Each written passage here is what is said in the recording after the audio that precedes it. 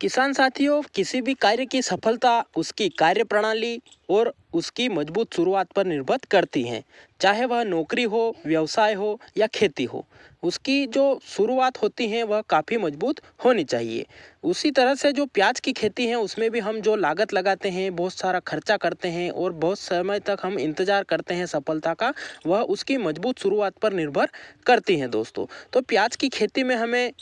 शुरुआत से लेकर अंत तक कौन कौन से कार्य करने हैं, कौन कौन सी क्रियाएं करनी है, कौन सा खाद डालना है, खेत कैसे तैयार करना है, चौपाई में क्या क्या सावधानियां रखनी है, कौन सी दवाई स्प्रे करनी है, खरपतवार नियंत्रण कैसे करना है और बीज उपचार कैसे करना है, उसकी संपूर्ण जानकारी इस वीडियो में हम देने वाले हैं। तो दोस्तों नमस्कार, मैं आपका दोस्त नरेंद्र पोरवाल आपके अपने यूट्यूब चैनल देश किसान हमारे किसान में आपका बहुत बहुत स्वागत करता हूँ।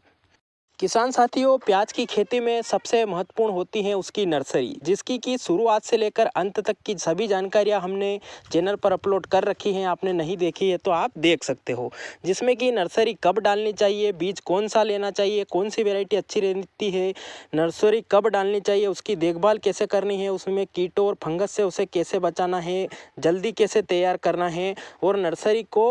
कब उखाड़ कर रोपाई के लायक हो जाती है वह कैसे जानना है और कब रोपाई हमें करनी है, उसकी संपूर्ण जानकारियां हमने चैनल पर अपलोड कर रखी हैं। आपने नहीं देखी है तो आप देख सकते हो और डिस्क्रिप्शन में एक प्लेलिस्ट की लिंक दे रखी है, उस पर जाकर आप प्याज नर्सरी और प्याज की खेती की सभी जानकारियां भी ले सकते हो। तो दोस्तों वो तो जानकारियां हमने डाल दी। आज विशेषकर हम संपूर्ण जो प्याज की रोपाई होती है उससे लेकर अंत तक की सभी जानकारियों की बात करेंगे, जिसमें कि खेत तैयारी, खाद, खरपतवार नियंत्रण, रोपाई में क्या सावधानियां रखनी है और कौन कौन सी गतिविधियां या सावधानियां हमें रखनी है उसकी संपूर्ण बात करेंगे। तो किसान साथियों, पूरी जानकारी प्राप्त करने के लिए आप वीडियो को पूरा जरूर देखें। वीडियो आपको पसंद आए तो आप लाइक जरूर करें, लाइक से हमारा हौसला और उत्साह बढ़ता है दोस्तों। और ज़्यादा से ज़्यादा किसान भाइयों तक इस जानकारी को पहुंचाने के लिए आप व्हाट्सएप, फेसबुक और अन्य सोशल मीडिया प्लेटफॉर्म्स होते हैं उन पर शेयर जरूर करें दोस्तों, और आपकी राय भी कमेंट में जरूर दें। और खेती से संबंधित और मंडी भाव से संबंधित, चाहे वह प्याज लहसुन की खेती हो,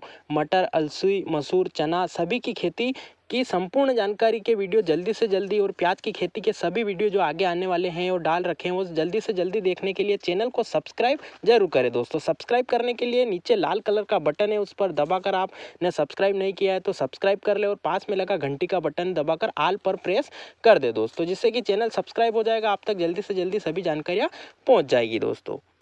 तो दोस्तों आइए जानकारी शुरू करते हैं।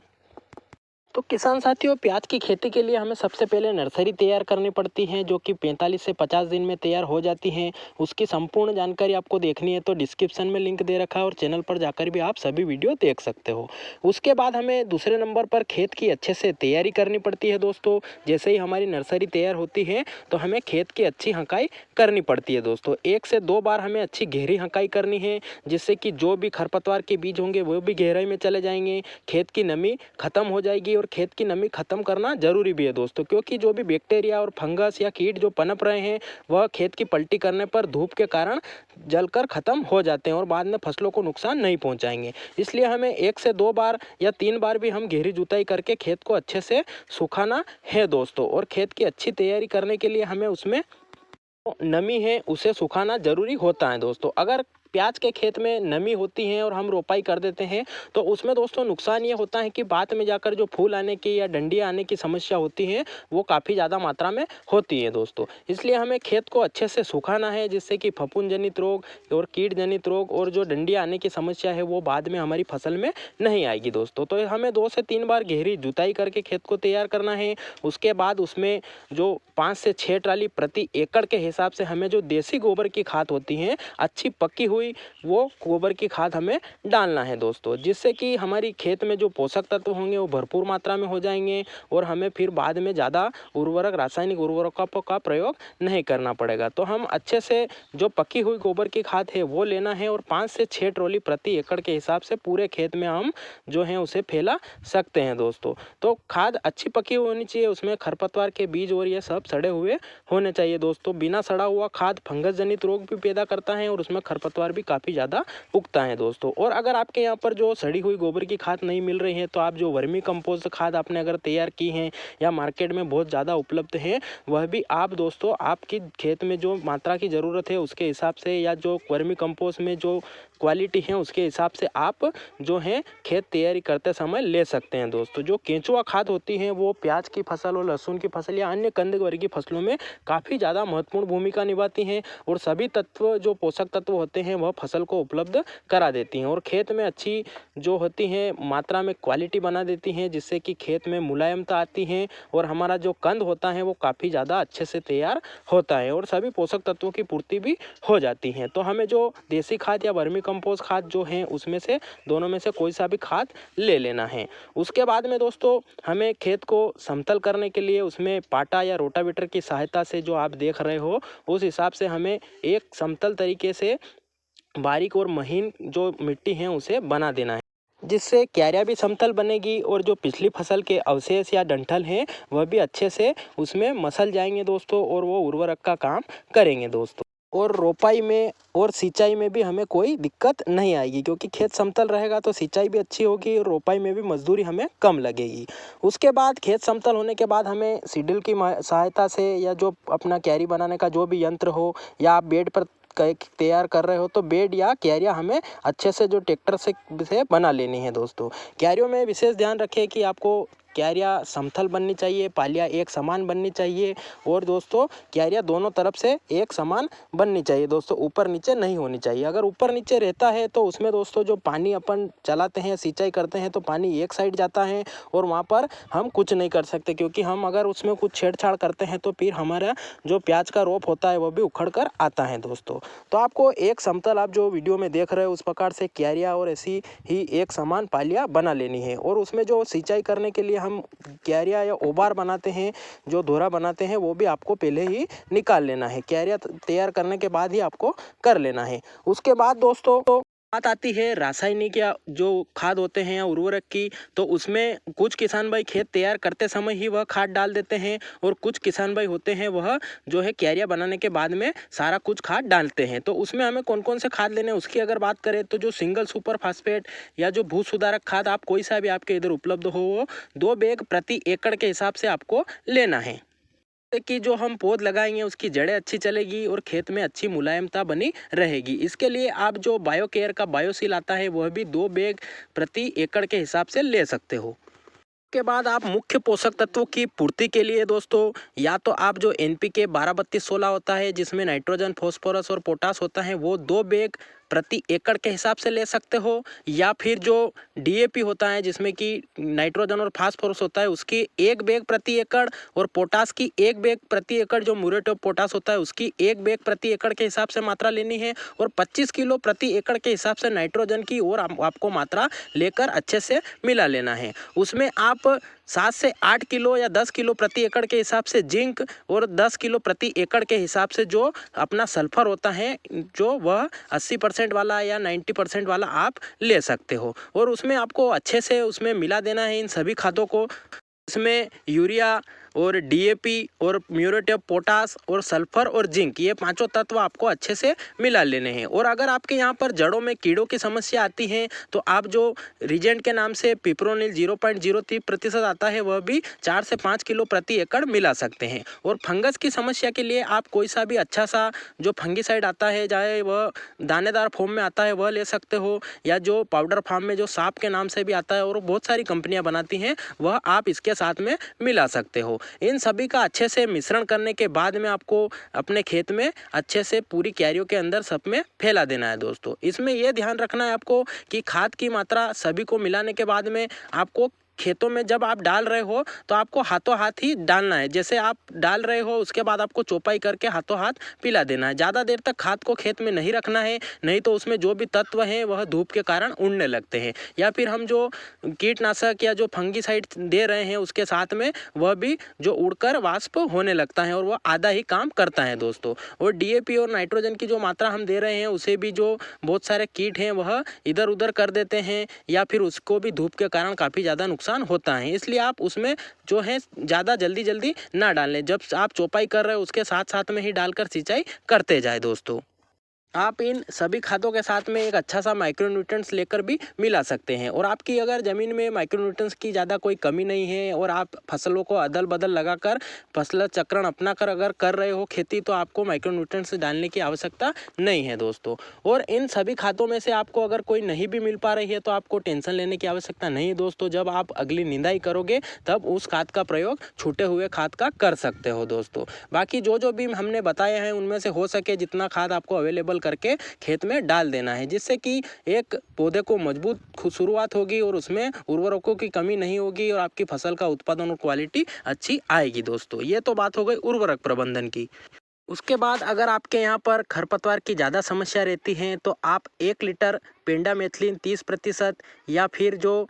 500 ग्राम जो 38.8% वाली जो इसी फॉर्म में जो पेंडामेथलिन आती है वह लेकर आप 150 से 200 लीटर प्रति एकड़ के हिसाब से पानी लेकर 1 लीटर पेंडामेथलिन दवाई उसमें मिलाकर एक समान खेत में स्प्रे कर सकते हो, जिससे कि खरपतवार का प्री जर्मिनेशन हो जाएगा। वो खरपतवार उगने से पहले ही जो है खेत के अंदर ही समाप्त हो जाएगा और वह उगकर फसल को कोई भी नुकसान नहीं पहुंचाएगा दोस्तों। तो वह उगने से पहले ही समाप्त हो जाएगा। उसके लिए आप इस दवाई का उपयोग खरपतवार नाशक के रूप में कर सकते हो।